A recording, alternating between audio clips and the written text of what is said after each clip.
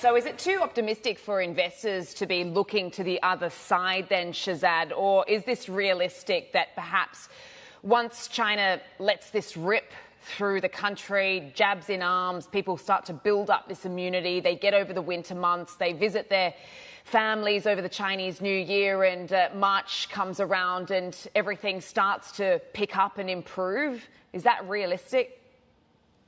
Yeah, it's really a story of markets versus the real economy right now, right? Because markets have decided that they don't care that things are bad right now. They've also decided that, look, the next few months, even if you get serious, overwhelming of the healthcare system, fatalities and high case counts, well, it doesn't matter. Quote unquote, it'll be bumpy, but we'll get over the bump as the outlook. I think that's somewhat dangerous and risky, especially because I think investors right now are flying blind. The numbers on COVID were useless as it is, but they're certainly, they're gone now. And so there's no way to realistically track how out of control the situation can get. If it can reach a tipping point where potentially at the local level you start getting restrictions being reimposed, which means that investors could get caught flat-footed. So there's a lot of exuberance right now, a lot of optimism, but unfortunately it's not grounded in a lot of numbers. It's sentiment-driven. So from what you're seeing, Shehzad, how bad do you think the scarring is or will be on the services sector and the labour market, which of course we know the services sector being a big generator of those jobs? Is the data that we are seeing, even though it's not very good, telling the full story here? Because I think the protests in recent weeks highlighted that things run a little bit deeper than that, no?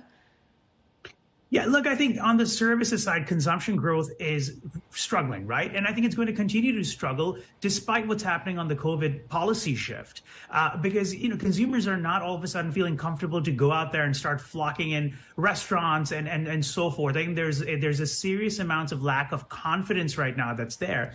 And it's also, I think, very clear on the business side. I think businesses are going to need some amounts of macroeconomic stability at hand. They're going to need to see policy certainty before they feel comfortable in starting to hire again, which is linked to the labor market naturally, before they start to invest again. And I don't think we get to see some of this before probably, late Q2 of next year, a very decisive shift or pivot that markets ultimately need.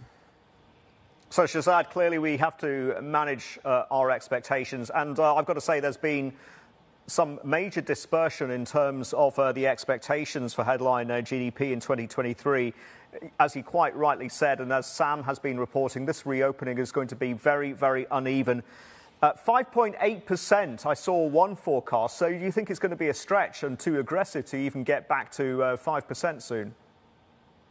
Look, next year, you easy comps, right? So that may help the picture along the way. The question is what happens after next year, and what we've seen, happen this year. So I think the long-term trajectory inevitably is towards a slower pace of expansion, and I think those days of hitting 6% growth or so forth, I think on a recurring basis are certainly out of the question. So I'm looking at a much slower pace of expansion, in 2024 onwards, even if 2023 looks better, just because of how poor the numbers have been this year.